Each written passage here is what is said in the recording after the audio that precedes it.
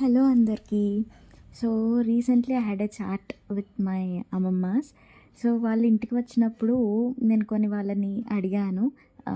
Like నాకు కొన్ని తెలుసుకోవడం అంటే చాలా ఇష్టం. లైక్ ఇటువరకు వాళ్ళు ఎట్లాంటి లైఫ్ లీడ్ చేసేవాళ్ళు, ఎలాంటి తిండి తినేవాళ్ళు, అండ్ ఇప్పటికి అప్పటికి ఏం డిఫరెన్సెస్ ఎక్కువ చూస్తున్నారు, ఇట్లాంటివి తెలుసుకోవడం నాకు చాలా ఇష్టం. ఇన్ఫ్యాక్ట్ మన పేరెంట్స్ కూడా మనకు చెప్తారు.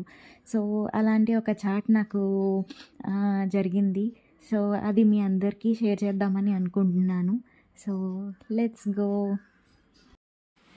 హాయ్. హాయ్. ఇప్పుడు మీరు చిన్నప్పుడు ఏమేమి టిఫిన్స్ ఇష్టమో చెప్పాలి నువ్వు. మేము చిన్నప్పుడు మేము ఎక్కువగా ఇంట్లో ఇడ్లీ అట్లు అవి వేసుకునేవాళ్ళం కాదు. మా అమ్మమ్మ బియ్యం కడిగి ఆరబోసి రవ్వ విసిరి అది తిరగమూత పిండి అని వేసేది.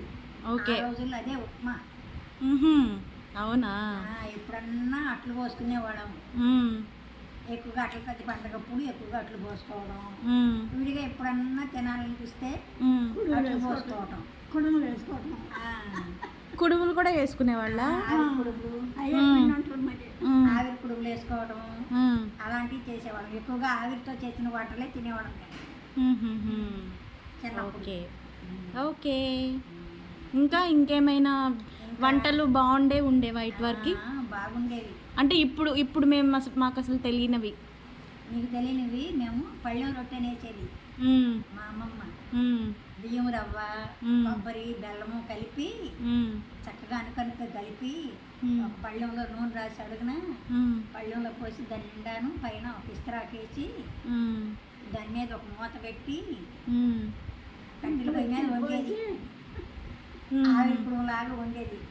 అది నిప్పుల మీద కాలితే మళ్ళీ పైన కొంచెం నిప్పుల పైన ఇస్త్రాక్ మీద పెట్టేది అనమాట.